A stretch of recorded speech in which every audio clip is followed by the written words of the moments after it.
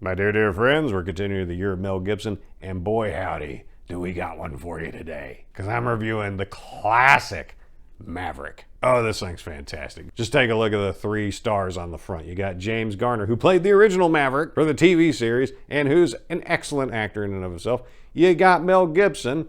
Well, we're dedicated an entire year to him. The guy can deliver the goods. And Jodie Foster, oh my God, in her most sultry, seductive role I've ever seen. She positively glows the whole time in the most enticing way. All 3 of them do a great job, as does the cast that supports them, including an amazing use of James Coburn and Alfred Molina. And if these names aren't enough to make you think that this is going to be a good idea, it's directed by Richard Donner, you know, the guy who did the Lethal Weapon series, Conspiracy Theory, and more, who is known for making action-packed, witty thrill rides of movies. One of the writers you might have heard of, some of you nerds out there, a little dude named William Goldman, known for writing the source material or the screenplay for little things like Princess Bride, Hearts in Atlantis, The Ghost in the Darkness, a weird little thing called Year of the Comet, Misery, Heat. This movie is prepared to deliver the goods, and boy howdy does it. Starting off in the middle of a very perilous situation, we see Mel Gibson playing Brett Maverick, stuck on his horse and attached to a noose as the bad guys go riding off. Well, how did he get here? Well, something about gambling pisses off other people because you wind up taking their money.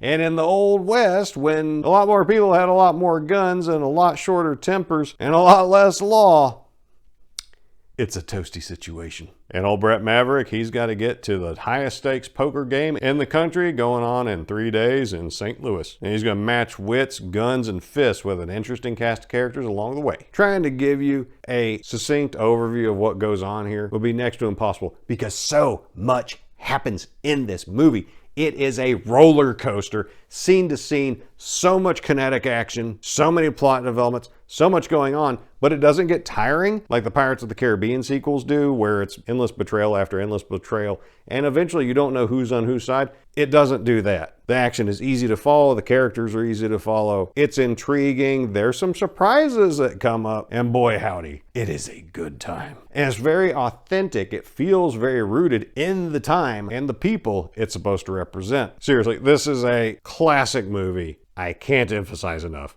how much you should see this. And if you have seen it, watch it again. Do yourself a favor.